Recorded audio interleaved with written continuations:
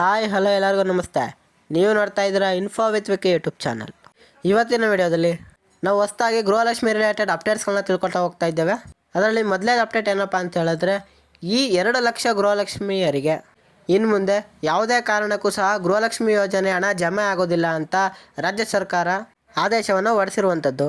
ಆ 2 ಲಕ್ಷ ಮಂದಿಯಲ್ಲಿ ನೀವು ಇದ್ದೀರಾ? ಅದನ್ನು ಹೇಗೆ ಚೆಕ್ ಮಾಡ್ಕೊಳ್ಳೋದು? ಮತ್ತು ನಿಮಗೇನಾದರೂ 12ನೇ ಮತ್ತು 13ನೇ ಕಂತು ಏನಾದರೂ ಬಂದಿಲ್ಲ ಅಂತ ಹೇಳಿದ್ರೆ ಅದು ಯಾವತ್ತು ಬರುತ್ತೆ ಅಂತ ಸ್ವತಃ ಲಕ್ಷ್ಮೀ ಹೆಬ್ಬಾಳ್ಕರ್ ಮೇಡಮ್ ಅವರೇ ನಿಮಗೆ ಒಂದು ಹೊಸ ಅಪ್ಡೇಟನ್ನು ಕೊಟ್ಟಿದ್ದಾರೆ. ಅದ್ರ ಬಗ್ಗೆನೂ ಸಹ ನಿಮಗೆ ತಿಳಿಸ್ಕೊಡ್ತೀನಿ. ಮತ್ತು ಇಷ್ಟೇ ಅಲ್ಲ, ಅನ್ನಭಾಗ್ಯ ರಿಲೇಟೆಡ್ ಅಪ್ಡೇಟ್ಸ್ಗಳು ಬಂದಿದೆ. ತಿದ್ದುಪಡಿ ಮತ್ತು ಹೊಸ ರೇಷನ್ ಕಾರ್ಡ್ಗೆ ಅರ್ಜಿಗಳು ಯಾವಾಗ ಓಪನ್ ಮಾಡ್ತಾರೆ ಅಂತ ಅದ್ರ ಬಗ್ಗೆನೂ ಸಹ ನಮಗೆ ಕೊನೆಯಲ್ಲಿ ತಿಳಿಸ್ಕೊಡ್ತೀನಿ.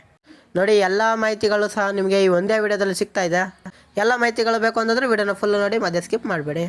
ಹಾಗೆ ಯಾರು ನಮ್ಮ ಚಾನಲ್ಗೆ ಇನ್ನೂ ಸಬ್ಸ್ಕ್ರೈಬ್ ಆಗಿಲ್ವೋ ನೀವು ಸಬ್ಸ್ಕ್ರೈಬ್ ಮಾಡಿ, ಬೆಲ್ಲೈಕನಲ್ಲಿ ಯಾರೋ ನೋಟಿಫಿಕೇಶನ್ ಕ್ಲಿಕ್ ಮಾಡಿದ ತಕ್ಷಣ ನಾನು ಈ ರೀತಿ ಎಲ್ಲ ಗೌರ್ಮೆಂಟ್ ಅಪ್ಡೇಟ್ಸ್ಗಳು ನಿಮಗೆ ಫಾಸ್ಟಾಗಿ ಫ್ರೀಯಾಗಿ ಮೊಬೈಲ್ ನೋಟಿಫಿಕೇಶನ್ ಮುಖಾಂತರ ಬರುತ್ತೆ.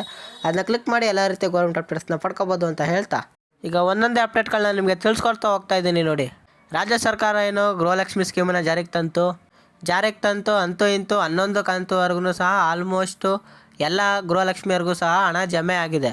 ಆದರೆ ಇನ್ಮೇಲಿಂದ ಈ 2 ಲಕ್ಷ ಮಹಿಳೆಯರಿಗೆ ಗೃಹಲಕ್ಷ್ಮಿ ಯೋಜನೆ ಹಣ ಅನ್ನುವಂಥದ್ದು ಕಂಪ್ಲೀಟಾಗಿ ಸ್ಟಾಪ್ ಆಗುತ್ತೆ. ಮುಂದೆ ಯಾವುದೇ ಕಂತು ಬರಲ್ಲ ಅಂತ ರಾಜ್ಯ ಸರ್ಕಾರದಿಂದ ಸ್ಪಷ್ಟವಾಗಿ ಆದೇಶವನ್ನು ತಿಳಿಸಿರುವಂಥದ್ದು.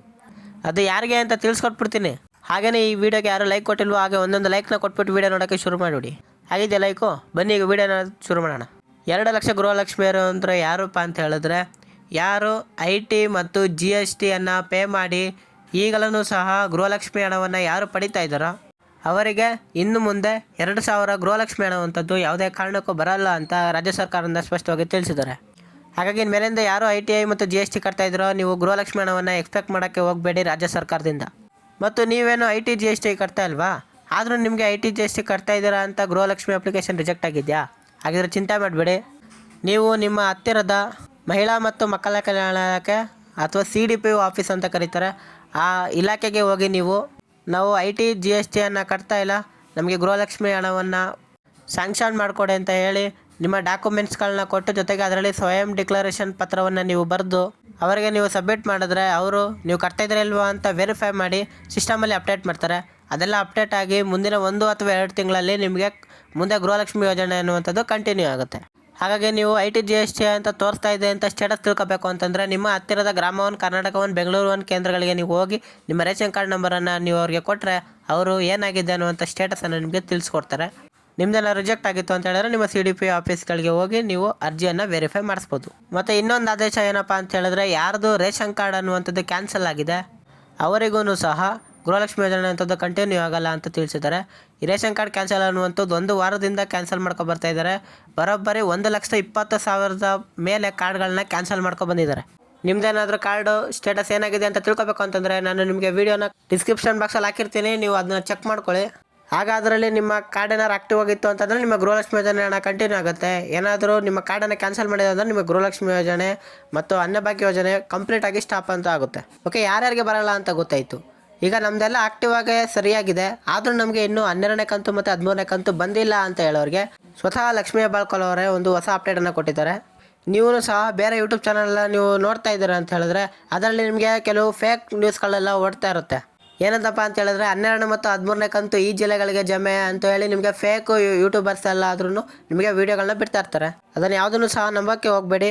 ನೀವು ನಮ್ಮ ಚಾನಲ್ ಅಬ್ಸರ್ವ್ ಮಾಡ್ತಾ ಇರ್ತಾರೆ ಅಂತ ಹೇಳಿದ್ರೆ ನಾವು ಯಾವುದೇ ರೀತಿಯ ಫೇಕ್ ಇನ್ಫಾರ್ಮೇಷನ್ ನಿಮಗೆ ಹೇಳ್ತಾ ಇಲ್ಲ.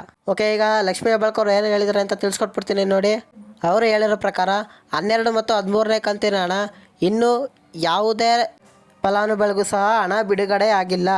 ಕೆಲವು ತಾಂತ್ರಿಕ ಕಾರಣಗಳಿಂದಾಗಿ ಇನ್ನೂ ಸಹ ಹಣ ರಿಲೀಸ್ ಆಗಿಲ್ಲ. ಆ ತಾಂತ್ರಿಕ ಕಾರಣಗಳನ್ನೆಲ್ಲ ನೀವು ಸರಿಪಡಿಸಿ ಸದ್ಯದಲ್ಲೇ ಎಲ್ಲ ಫಲಾನುಭವಿಗಳಿಗೂ ಸಹ ಹಣ ಜಮೆಯನ್ನು ಮಾಡ್ತೀವಿ ಅಂತ ತಿಳಿಸಿದ್ದಾರೆ. ಗೃಹಲಕ್ಷ್ಮಿ 12ನೇ ಕಂತು 13ನೇ ಕಂತು ಯಾಕೆ ಬರ್ತಾ ಇಲ್ಲ ಅಂತ ಕಾರಣ ಗೊತ್ತಾಗಿದೆ. ಈಗ ಅನ್ನಭಾಗ್ಯ ರಿಲೇಟೆಡ್ ಅಪ್ಡೇಟ್ಸ್ಗೆ ಹೋಗ್ಬಿಡೋಣ.